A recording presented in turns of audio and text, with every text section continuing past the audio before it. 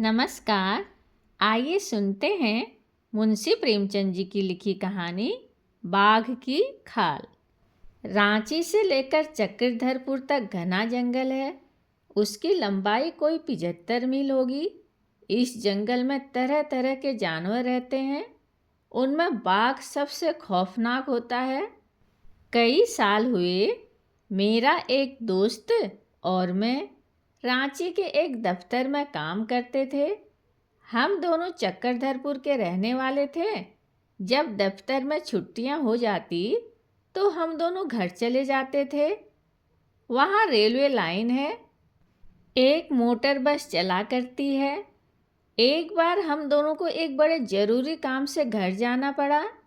संयोग से उस दिन मोटर बस भी न मिली। आखिर यह तय किया कि बैलगाड़ी पर चलें। हिसाब लगाकर देखा कि अगर बीच में कहीं न ठहरें तो 9-10 घंटों में पहुंच जाएंगे। आखिर कुछ खाने पीने का सामान लेकर हम दोनों साइकिल पर सवार होकर शाम को 6 बजे निकल खड़े हुए। उजली रात थी। मील भर जाने के बाद चांद निकल आया। आसपास की पहाड़ियां दिखाई देने लगी। चारों ओर सन्नाटा छाया हुआ था और उस सन्नाटे को चीरती हुई हमारी साइकिलें सन सन चली जा रही थी। थोड़ी थोड़ी दूर पर जंगली आदमियों की बस्तियां मिल जाती थी। उनकी झोपड़ियों से ढोल, छोर और बांसुरी की मीठी मीठी आवाज़ें आ जाती थीं। हम दोनों इस दृश्य का आनंद उठाते चले जा रहे थे। अचानक मेरे दोस्त को कै आ गई और वह साइकिल पर से गिर पड़ा। उसका यह हाल देखकर मेरी जान सूख गई। उसे तो हैजा हो गया। अब क्या करूं? न कोई बस्ती न गांव। उसे कहाँ ले जाऊं? कुछ समझ में न आता था। मैंने अपने दोस्त का नाम ले लेकर पुकारा, मगर उसके मुंह से कोई आवाज़ न निकली। वह दर्द भरी आंखों से मेरी तरफ देखने लगा। उसकी यह दशा देखकर मुझे भी रोना आ गया। फिर सोचा, रोने से क्या होगा, देखूं यहाँ नज़दीक कोई गांव है या नहीं। शायद किसी से कुछ मदद मिल जाए। मैंने अपने दोस्त से फिर पूछा, भाई तुम्हारा जी कैसा है, कुछ तो बताओ। फिर भी कोई जवाब नहीं। मैंने उसकी नाड़ी पर हाथ रखा। नाड़ी का कहीं पता नहीं। हाँ, सांस चल रही थी। मैं सोचने लगा, इसे छोड़कर कैसे जाऊं? कोई जंगली जानवर आ पहुंचे तो लाश का भी पता न चले। आखिर मैंने दोनों बैलगाड़ियों को एक पेड़ के सहारे खड़ा किया और अपने दोस्त को उसमें लिटाकर किसी गांव की तलाश में निकला। रास्ते में बार बार अपने दोस्त का ख्याल आने लगा। चारों ओर घना जंगल। पेड़ों के नीचे बड़ी मुश्किल से रोशनी पहुंचती थी। रास्ता न दिखाई देता था। अचानक मैं एक पत्थर से ठोकर खाकर गिर पड़ा। चोट तो ज़्यादा ना आई, मगर हाथ पांव कुछ छिल गए। मैं फिर उठा कि एकाएक कुछ आहट पाकर पीछे की ओर ताका। क्या देखता हूँ कि 15 गज की दूरी पर एक बाघ खड़ा है। मेरे होश उड़ गए। ऐसा जान पड़ा जैसे बदन में खून नहीं है। सांस तक बंद हो गई। मुझे खड़ा देखकर वह भी रुक गया। फिर मैंने सोचा कि शायद मुझे भ्रम हो गया है। शायद मैं किसी पेड़ की परछाई को बाघ समझ रहा हूँ। यह सोचकर फिर आगे बढ़ा, मगर आंखें पीछे ही लगी रहीं।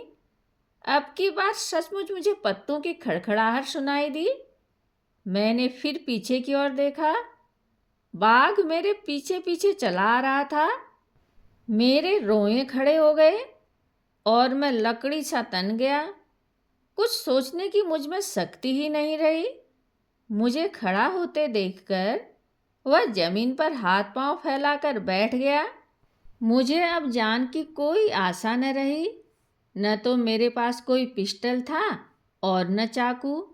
न मालूम क्या सोचकर मैं जोर से चिल्ला उठा, बाघ मेरी आवाज़ सुनते ही उठा और चुपचाप जंगल की ओर चला गया।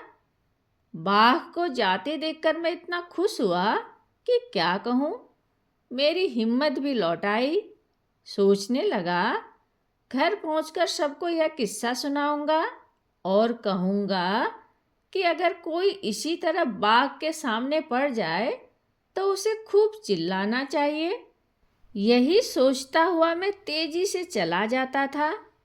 अभी थोड़ी दूर ही गया था कि फिर आहट मिली। देखा तो सामने बाघ। मैंने तो अपनी समझ में बाघ को भगाने का मंत्र पा लिया था। लगा जोर से चिल्लाने, मगर अब की बाघ वहाँ से हिला भी नहीं।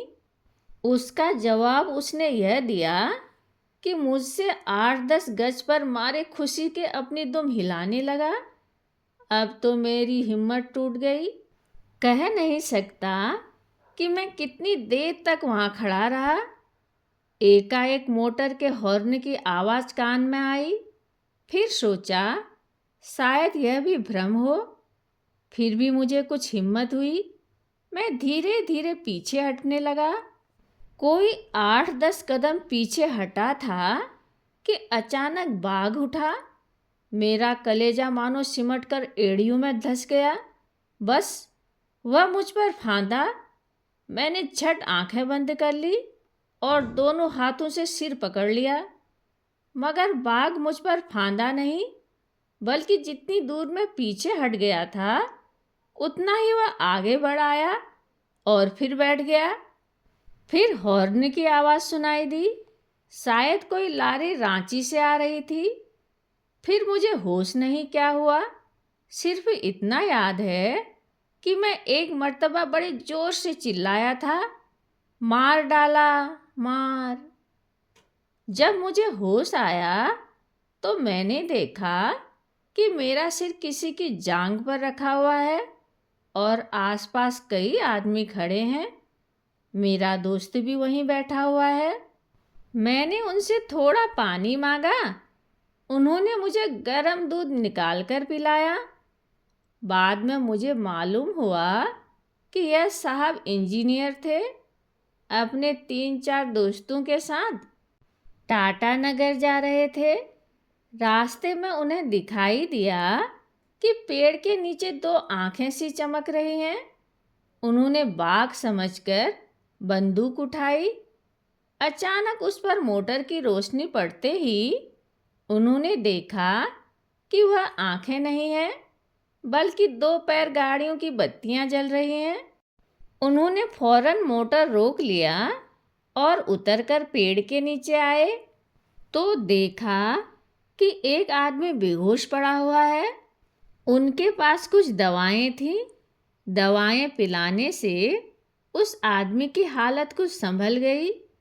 उन्होंने उसे मोटर में बैठाया और चले ही आ रहे थे कि फिर देखा कि एक बाघ मेरी छाती पर दोनों अगले पंजे रखकर बैठा हुआ है। मोटर के करीब आते ही बाघ ने मुझे छोड़ दिया और भागा, मगर इंजीनियर साहब की बंदूक ने उसे वहीं ठंडा कर दिया। उन्हीं की मदद से हम दोनों घर पहुँचे। मेरे सारे कपड़े खून से तर थे। छाती में जख्म हो गया था। कई दिन मरहम पट्टी करने के बाद मैं अच्छा होकर फिर रांची लौटा। उसके थोड़े ही दिन बाद इंजीनियर साहब ने मुझे एक बाघ की खाल भेज दी और लिखा कि वह उसी बाघ की खाल है। यह खाल अभी तक मेरे पास मौजूद है। कहानी सुनने के लिए धन्यवाद।